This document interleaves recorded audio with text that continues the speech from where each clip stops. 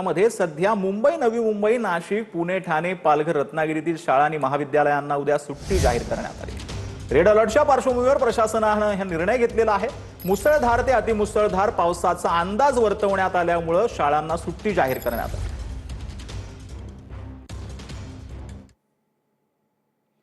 तर कुठल्या जिल्ह्यांमध्ये कुठल्या शाळांना आणि महाविद्यालयांना सुट्टी आहे, तर कुठले जिल्हे आहेत ते आपण पाहतो आहोत। मुंबई, नवी मुंबई, ठाणे, पनवेल, पुणे, नाशिक, पालघर आणि रत्नागिरीमध्ये शाळांना सुट्टी जी आहे ती जाहीर करण्यात आली।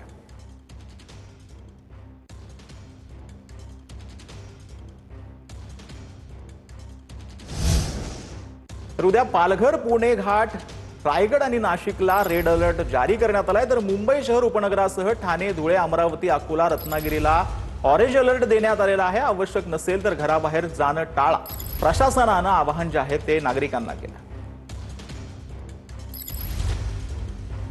तर मुंबई शहर उपनगरासह ठाणे, धुळे, अमरावती, रत्नागिरीला ऑरेंज अलर्ट देण्यात आला। आवश्यक नसेल तर घराबाहेर जाणं टाळा, प्रशासनानं आवाहन जे आहे ते नागरिकांना केलंय।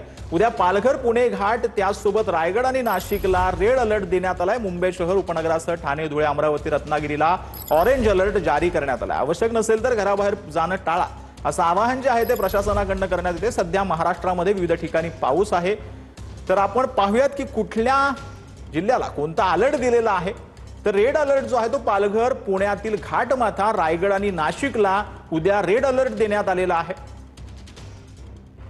तर मुंबई शहर उपनगरासह ठाणे, धुळे, अमरावती, अकोला, रत्नागिरीला ऑरेंज अलर्ट देण्यात आला। तर येलो अलर्ट मध्ये नंदुरबार, जळगाव, अहमदनगर, पुणे, सिंधुदुर्ग, सातारा, बुलढाणा, वाशिम, वर्धा आणि यवतमाळचा समावेश आहे।